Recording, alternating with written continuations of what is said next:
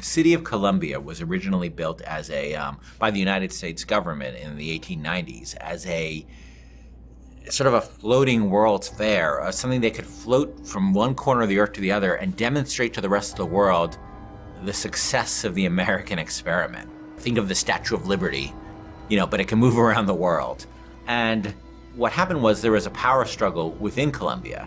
And this fellow who you'll sort of start to get a sense of in this demo, named Comstock, came into power in the city. And he had a bit of a different view. He had a more, extreme view of what the mission of America and the world is. And there were some people in the city who didn't like that. And that group was the Vox Populi.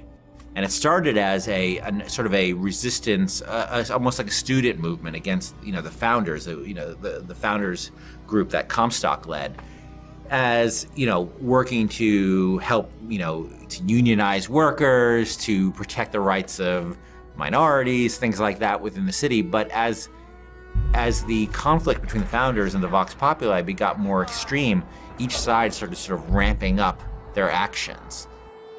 And by the time you get to Columbia and you'll see the Vox Populi in the demo, the conflict is pretty extreme, and both sides have a bit of an attitude of, well, as long as we win, nothing else matters. And you encounter the founders last time and sort of got a sense of the dark side of them.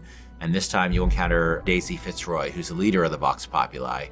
You'll hear her speaking, and you'll see her people at work, and what they're doing is they're essentially cleansing a portion of the city, moving the founders out of a portion of the city, a rich part of the city, and coming in themselves, and it's not a pretty picture to behold. Sons of bitches!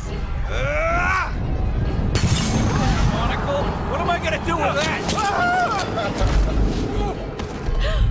Best if we don't draw attention to ourselves. Hey! It's just a postman. He didn't hurt anybody. It's DeWitt! It's DeWitt!